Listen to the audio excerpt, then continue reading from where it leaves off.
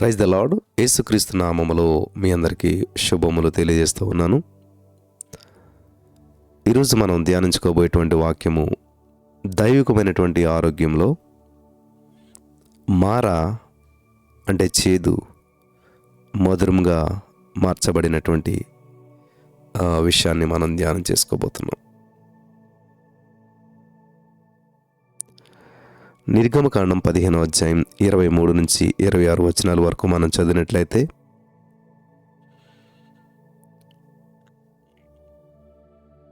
ఆ వాక్య భాగం నుంచి కొన్ని విషయాలు మనం ధ్యానం చేసుకుందాం. స్తోత్రం దేవా, ఈరోజు ఈ యొక్క మారా మధురంగా మార్చబడిన విషయాన్ని మేము ధ్యానిస్తూ ఉండగా మాతో మాట్లాడి బలపరచమని యేసు నామములో ప్రార్థించిన మేము పొందుకొని విడుదల ప్రకటిస్తున్నాం తండ్రి. ఆమేన్. నిర్గమకాండం 15వ అధ్యాయం 23 నుంచి 26 వచనాలు, ఈ 3 వచనాలు మనం చదివినట్లయితే ప్రియులరా, ఇక్కడ చాలా అద్భుతమైనటువంటి సంఘటన పరిశుద్ధాత్మ దేవుడు రాయించి పెట్టాడు. చదువుదాం. నిర్గమకాండం 23 నుంచి 26 వచనాలు. 15వ అధ్యాయం నిర్గమకాండం 15వ అధ్యాయం 23 నుంచి 26 వచనాల వరకు. మారా నీళ్లు చేదైనవి గనుక వారు ఆ నీళ్లు త్రాగలేకపోయిరి.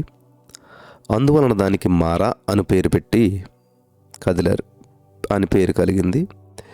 ప్రజలు మేమేమి త్రాగుదామని మోషే మీద సణుగు కొనగా అతడు యెహోవాకు మొరపెట్టినంతటా యెహోవా అతనికి ఒక చెట్టును చూపెను. అది నీళ్లలో వేసిన తరువాత నీళ్లు మధురములాయను. అక్కడ ఆయన వారికి కట్టడను విధిని నిర్ణయించి అక్కడ వారిని పరీక్షించెను. మీ దేవుడని యెహోవాకును శ్రద్ధగా విని ఆయన దృష్టికి న్యాయమైనది చేసి ఆయన ఆజ్ఞలకు విధేయులై ఆయన కట్టడలన్నిటినీ అనుసరించి నడిచిన ఎడల నేను ఐగుప్తీయులకు కలుగజేసిన రోగములలో ఏది మీకు రానియను. మిమ్మల్ని స్వస్థపరచు యెహోవా నేనే అనెను. వింటున్నారా? జాగ్రత్తగా వినాలి. చాలాసార్లు విన్న వాక్యంలా ఉండొచ్చు, తెలిసిన వాక్యంలా ఉండొచ్చు. నిర్లక్ష్య వైఖరి లేకుండా శ్రద్ధగా వింటే అమూల్యమైన సత్యాలను పరిశుద్ధాత్మ దేవుడు మనకు తెలియజేస్తాడు. ఈ వాక్య భాగంలో ఉన్న విశేషాలు అందరికీ తెలుసు. ఐగుప్తు నుంచి బయలుదేరినటువంటి ఇశ్రాయేలీలు షూరు అరణ్యంలో 3 దినాలు నడిచారు. వారికి నీళ్లు దొరకలేదు. మారా అను చోటుకు చేరినప్పుడు అచ్చట నీళ్లు చేదుగా ఉన్నాయి కాబట్టి ప్రజలు తాగలేకపోయారు. జనులు సనుగు కొనగా మోసే దేవునికి మొరపెట్టాడంటండి. అప్పుడు ఒక చెట్టును చూపించినటువంటి దేవుడు దానిని నీళ్ళలో వేయమనగా నీరంతా కూడా మధురములైపోయాను. హల్లెలూయా! చాలా సంతోషం. సమయము సందర్భాలను బట్టి దేవుడు తన క్రియలను బయలుపరుస్తూ ఉంటుంటాడు. దేవుడు చూపించిన చెట్టు అక్కడే ఉన్నది, కానీ దాని విశిష్టత మోసేకు తెలియలేదు. అవును, ప్రభువు తానే బయలుపరిచే వరకు కొన్ని సంగతులను మనం గ్రహించలేం. ఇది నిజమే. నేడు ఈ వాక్యం వింటున్న ప్రియమైనటువంటి వారులారా, లైవ్లో ఉన్నారో, తర్వాత ఈ యొక్క యూట్యూబ్ ద్వారా వర్తమానం వింటున్నారో, ఏ పరిస్థితుల్లో మీరు వెళ్తున్నారో, ఏ రోగం గుండా మీరు వెళ్తున్నారో, ఏ సమస్య గుండా మీరు వెళ్తున్నారో, అది నీ పక్క వారికి, నీ భర్తకు, నీ ఇంట్లో వారికి తెలియకపోవచ్చు. జాగ్రత్తగా గమనించాలి. దేవుడు చూపించిన చెట్టు అక్కడే ఉంది, కానీ దాని విశిష్టత మోసే గ్రహించలేకపోయాడు. దేవుడు బయలుపరిచే వరకు కొన్ని సంగతులు మనం గ్రహించలేం. ఇది నిజం. ఈ రోజున మన వ్యాధి, రుగ్మత, లేకపోతే చేదైన జీవిత సమస్యలకు పరిష్కారం యేసుక్రీస్తు మాత్రమే. ఆయన నీకు అందుబాటులోనే ఉన్నాడు, నువ్వు గ్రహించలేకపోవచ్చు. స్వస్థపరిచే దేవుడు మన దేవుడు. మీ దేవుడని యెహోవా వాక్కును శ్రద్ధగా విని ఆయన దృష్టికి న్యాయమనేది చేసి ఆయన ఆజ్ఞలకు విధేయులై ఆయన కట్టడలన్నిటినీ అనుసరించి నడిచిన ఎడల నేను ఐగుప్తీయులకు కలుగజేసిన రోగంలో ఏదియు మీకు రానియ్యను. నిన్ను స్వస్థపరచు యెహోవా నేనే అంటున్నాడు ఇక్కడ నిర్గమకాండం 15:26లో దేవుడు. ఇందులో దైవికమైనటువంటి స్వస్థత మరియు ఆరోగ్యానికి సంబంధించిన వాగ్దానాలు ఉన్నాయి. వింటున్నారా? ఐగుప్తీయులకు కలుగజేసిన రోగాల్లో ఏది మీకు రానియను అనేటువంటిది స్వస్థతకు సంబంధించినటువంటిది, కానీ నిన్ను స్వస్థపరచువాడు నేనే అనేటువంటిది దైవికమైన ఆరోగ్యానికి సంబంధించిందై ఉన్నది. ఇంగ్లీష్ భాషలో I am the lord that healeth thee అనేటువంటి మాటలో తెలుగు అనువాదము నిన్ను స్వస్థపరచు యెహోవా నేనే. అయితే మూల భాషలో నేనే నీ పరిహారియగు ప్రభువును అని ఉంది. నేను స్వస్థపరిచే యెహోవా నేననే మాట మన తెలుగులో ఉంటే, అసలే ఈ యొక్క మూల భాషలో దాని యొక్క అర్థం ఏముందంటే, నేనే నీ పరిహారియగు ప్రభువును, నేనే నీ పరిహారిని. పాడతాం కదా మనం, ఏసే నా పరిహారీ, ఏసే నా పరిహారాన్ని మనం పాడుతూ ఉంటుంటాం. నీకు ఏ రోగం వచ్చినా, ఏ సమస్య వచ్చినా, ఏ బాధ వచ్చినా మన పరిష్కారి ఏసే ప్రభువే. పరిహారి అనగా పరిహారము చేయువాడు. వాస్తవానికి మారా నీరు చేదైనది. చెట్టును దానిలో వేసి దేవుడు పరిహారం చేశాడు. నా ప్రియమైనటువంటి సహోదరి స్నేహితులారా, చాలా జాగ్రత్తగా మీరు గమనించినట్లయితే,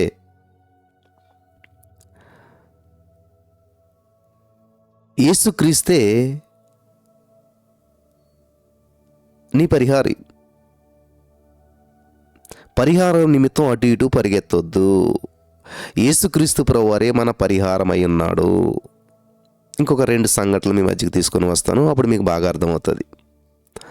అరణ్యంలో హాగరు తన కుమారుడైన ఇస్మాయేలు మరణం చూడకూడదని కొంత దూరం వెళ్ళి ఎలుగెత్తి ఏడ్చింది.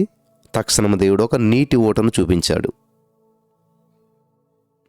రెండో సందర్భం, అబ్రహాం గారు తన కుమారుని దహన బలిగా అర్పించే నిమిత్తం మోరియా పర్వతం ఎక్కాడు. వారి వెంట ఒక పొట్టేలు కూడా ఎక్కింది, కానీ అది అబ్రహాముకు మరుగైనది.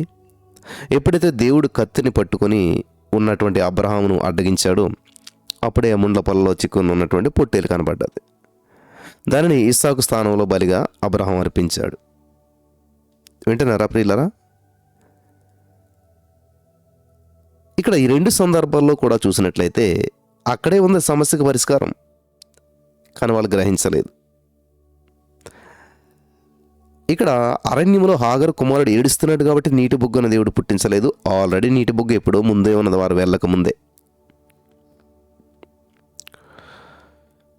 ఈ సత్యాన్ని మీరు గ్రహించాలి. అబ్రహాము మోరియా పర్వతానికి వెళ్తున్నప్పుడు వాళ్ళకంటే ముందే గొర్రెపిల్ల అక్కడ ఉన్నది. ఈ సత్యాన్ని గ్రహించాలి. అంటే నీ సమస్య కంటే పరిష్కారం ముందు పుట్టింది. నీకంటే నీకు కావలసిన చెట్లు, ఆకులు, ఫలాలు సమస్త ముందు పుట్టాయి. ఇది సత్యం. ఈ రోజున మన సమస్యలన్నిటికీ, మన వ్యాధులన్నిటికీ యేసుక్రీస్తే విరుగుడై ఉన్నాడు. ఎవని దుఃఖము వాని హృదయమునికే తెలియను అని జ్ఞాని అయిన సొలొమోను సామెతలు 4:10 ఈ మాటను రాయించి పెట్టాడు. ఎవని దుఃఖము వాని హృదయానికే తెలియనంట. ఎంత బాగుంది! ఎవని దుఃఖము వాని హృదయానికే తెలియను. చాలా అద్భుతమైన వర్తమానం ఇది, జాగ్రత్తగా వినాలి. ఇది సత్యం. ఈ మాట నేటి ప్రపంచంలో హృదయంలో దుఃఖము లేని వారు ఎవ్వరూ లేరు. ప్రతి హృదయము లోనికి తొంగి చూస్తే దుఃఖము, బాధ, వేదన. ఎగ్జామ్ ఫెయిల్ అయ్యామనో, ఆరోగ్యంలో ఉన్న సమస్య ఎవరికి చెప్పుకోలేకో, బిడ్డల వివాహాల విషయాల్లోనూ, గర్భఫలాల విషయాల్లోనూ, ఉద్యోగాల విషయంలోనూ, పెళ్ళిళ్ళ విషయాల్లోనూ, ఇలాగ ఏదో ఒక దుఃఖం ప్రతి హృదయంలో దాగి ఉంది. ఆ హృదయంలోకి తొంగి చూస్తే నీకు అర్థమవుతుంది. అందుకని ఎవని దుఃఖం వాని హృదయానికే తెలుస్తుంది. అయితే ప్రభు మీ దుఃఖము సంతోషమగునని అభయమిస్తూ ఉన్నాడు. యోహాను సువార్త 16:20. ఎవరు చూసినా చూడకపోయినా యేసయ్య నీ దుఃఖాన్ని చూస్తున్నాడు. ఆయన ఏమంటున్నాడు తెలుసా? నీ దుఃఖము సంతోషమగునని చెప్పేసి ప్రభు చెప్తున్నాడు. ఇది చాలా అద్భుతం. దేవునికి స్తోత్రం కలుగును గాక. ఆత్మరక్షణ, శరీర స్వస్థతకు సంబంధించిన వాక్యాన్ని మనం ధ్యానిద్దాం. యెషయా గ్రంథం 53:4 నిశ్చయముగా అతడు అనగా యేసుక్రీస్తు ప్రభువారు మన రోగాలను భరించేశాడు. ఆమేన్. యెషయా గ్రంథం 53:5 మన అతిక్రమములను బట్టి అతడు గాయపరచబడెను, మన దోషములను బట్టి అతడు నలగొట్టబడెను, మన సమాధానార్థమైన శిక్ష అతని మీద పడెను, అతడు పొందిన దెబ్బల చేత మనకు స్వస్థత కలుగుచున్నది. ఆమేన్. ఈ అంశానికి సంబంధించిన క్రొత్త నిబంధన వాక్యం భాగము ఏమనుందంటే మత్తయి సువార్త 8:16-17 వచనాల్లో సాయంకాలమైనప్పుడు జనులు దెయ్యములు పట్టిన అనేకులను ఆయన యొద్దకు తీసుకుని వచ్చిరి. ఆయన మాట వలన దెయ్యములను వెళ్ళగొట్టి రోగుల నెలను స్వస్థపరిచెను. అందువలన ఆయనే మన బలహీనతలను వహించుకొని మన రోగములను భరించెనని ప్రవక్త అయిన యెషయా ద్వారా చెప్పబడినది నెరవేరెను. ఆమేన్. యెషయా భక్తుడు పలుకుచున్న ప్రవచనం దేవుని గురించా కాదా? యెషయా ప్రవక్త చెప్పిన మాటలకి దేవునికి సంబంధం ఉందా లేదా?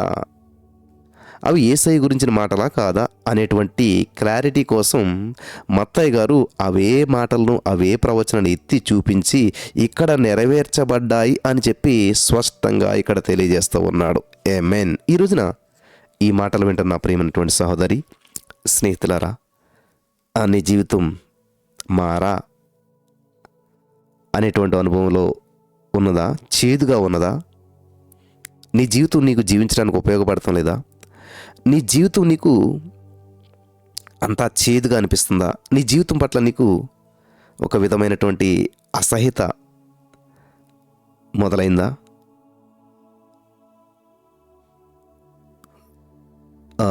సనుగుడు ప్రారంభించవా? అయితే ఈ రోజున దేవుడు నీ మారా అనుభవాన్ని మధురంగా మార్చేశాడన్న సంగతి నువ్వు గ్రహించి నీ మారా అనుభవానికి పరిష్కారం పక్కనే ఉందని నువ్వు గ్రహించినట్లయితే ఈరోజు నీ జీవితం మధురమైన జీవితాన్ని నువ్వు జీవించగలుగుతావు. పరిశుద్ధాత్మ దేవుడు నీకు సహాయం చేస్తున్నాడు. నమ్మితే మధురమైన జీవితాన్ని ఇప్పుడే నువ్వు ప్రారంభిస్తూ ఉన్నావు. ఆమేన్.